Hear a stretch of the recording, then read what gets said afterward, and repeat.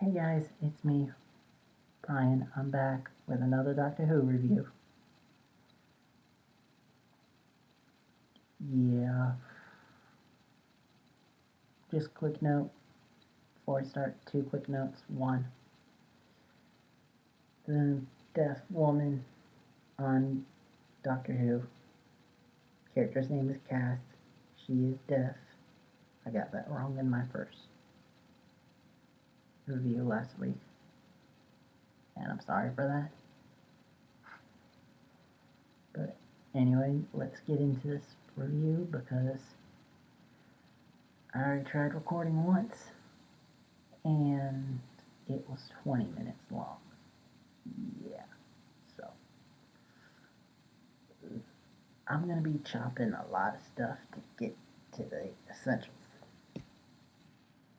Basically, episode opens up with the Doctor talking to the audience about something that's called the bootstrap theory, which is basically if, to use this example, if you go back in time to meet Mozart and Mozart isn't there, no one's heard of him, but you have all of Mozart's stuff with you write it down and pass it off as if you are Mozart. So essentially you become Mozart. So there's this weird, wobbly, tiny, whiny, you create the past type thing. Like with Futurama, I'm my own grandpa. Anyway, to the actual episode itself, it's split into two different stories, so I'll tell them separately. One is the Doctor and the scientist and the fangirl in 1980 when the ship first landed. They meet the driver of the ship, which was the first ghost. They meet him alive. They talk to him. Find out that he wasn't the one who wrote the things on the wall, and that he's not the one inside the casing. Casket, sorry. And so basically we find out that it's a creature called Fisher King, and he's been brought to Earth to be buried. And so basically, sorry. So we then go along, find out that the Fisher King is the one inside the casket, like I said, but he's not dead. He's just asleep. So he wakes up, kills the caretaker, driver guy, first ghost, writes the writings on the wall. And then the Doctor finds out about him. They run from him. They split off. The fangirl unfortunately dies, which is a bummer because I think she could have been a really cool companion, especially contrasting her fangirlism with Capaldi's more grumpy Doctor. But anyway, so we then find out that she loved the research guy and he loved her, but it's too late. The Doctor realizes that Clara is the next to die, and so he's like, screw that, I am not going to let her die. I don't care if I die, Clara's not going to die. And so he does his doctor magic, and so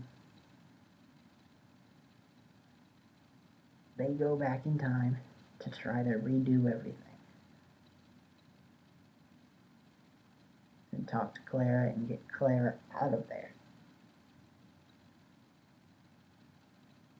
And so, but there's just one thing. TARDIS gets in the way.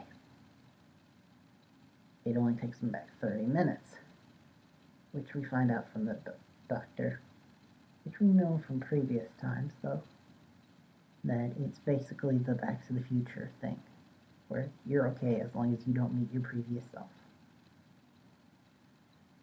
So, they're like, okay, what are we gonna do? And so they get to talking and stuff. And finally the Doctor meets the Fisher King. They have a one-on-one. The Doctor is willing to die. But in his speech against the Fisher King, he says, I bested you, I got rid of your writings. And so Fisher King goes to investigate, finds out the Doctor lied. But right about that time, the Doctor, who had taken the suspended animation juice thing and turned it into a bomb to explode the dam and cause the flooding of Claritime. Funny how that works. And it killed the Fisher King. Well, it's there that we meet up with the other side, so I'll get to Claire and them real quick. Basically what happens is the Doctor contacts Claire up through what I believe is the first time of doing video chat to the TARDIS. And so he tells her of his plan at that point, and they go into the containment area. But they have to leave the phone outside because otherwise the Doctor can't talk to her. Oh yeah, and Ghost Doctor is saying the name of the people, which is why he knew Claire was next on the list, and so he's like, leave your phone out so I can still call you, and so I can still get stuff from Ghost Me. And so they do that, but then the ghost of Fangirl comes out, steals the phone, and so they have the interpreter, who is immune to the ghosts because he never actually saw the writing, goes out to try to find the phone. Cass, the deaf girl, realizes that she needs to go out because we basically figure out by now she's in love with him. Clara realizes this, and so she's like, I've had that face before. Screw this. We're gonna go, but we're gonna go together. Which, not even a few minutes later, they get split up. And one of the ghosts nearly kills Cass, but luckily she avoids it by pulling a move out of Toph from Avatar: The Last Airbenders book by actually feeling the vibrations in the ground to figure out that the ghost is dragging an axe to kill her. And so they meet up with the guy again, and they're all in the same place. They've got the phone, and then other stuff happens, cut to the Doctor and all. But then it comes back to them. They're running from the ghosts. They get to the ship area, and right about that time, the casket thing opens. It's not the Fisher King.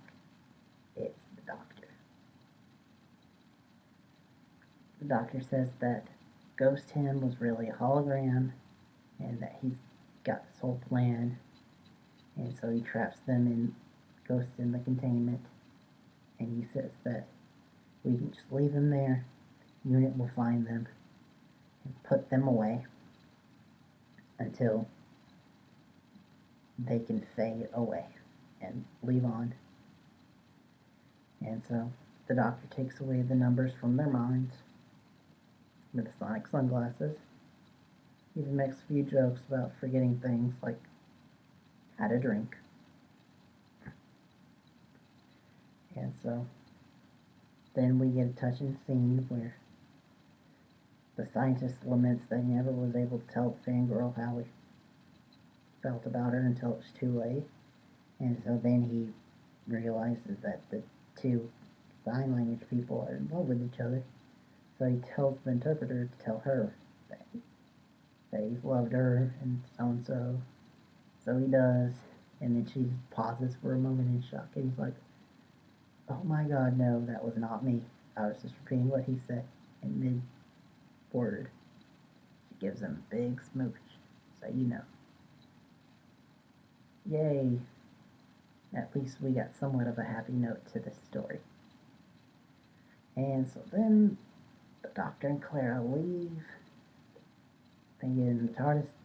They start leaving. And then the Doctor and Clara realize, well, I got the idea for the hologram by seeing the hologram. So, in a sense, proving the the thing from the beginning, which is called the bootstrap theory, apparently. And so that happens, and it leaves on a freaky note of wibbly wobbly, tiny whiny stuff. And whew, that was the episode. It was really good, but a lot of crap happened. Like I said, first time trying to film this, it took 20 minutes. That's why I seem a little jumbled, seem a little rushed, tripping over my words. Sorry about all that, but I just had to get out a lot of information really quick. And I was trying my best.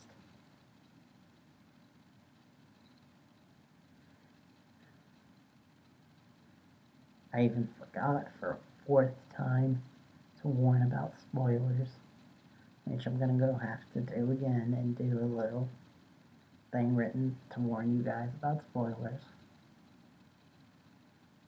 God, I really need to remember to do that in the actual video.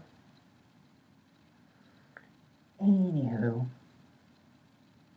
join me next time on Doctor Who Reviews, where I will be talking about next week's episode,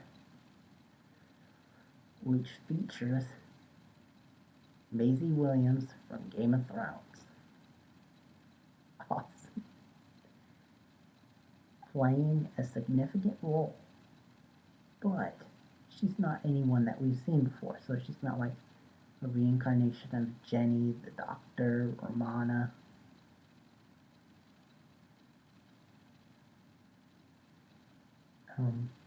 Susan, any of those people, Ronnie. If any of these names sound unfamiliar to you, they're classic Doctor Who characters. And honestly, I know we've said that River's coming back, but I do wish that we see all of them come back.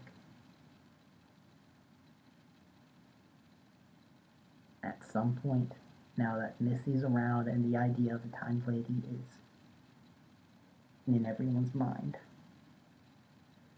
So, if that wasn't good enough of Maisie Williams coming to Doctor Who, it is also going to be about a war between Vikings and aliens. Holy crap, that sounds awesome on its own. I cannot wait for next week's episode. You know I will be reviewing it. I will see you guys later.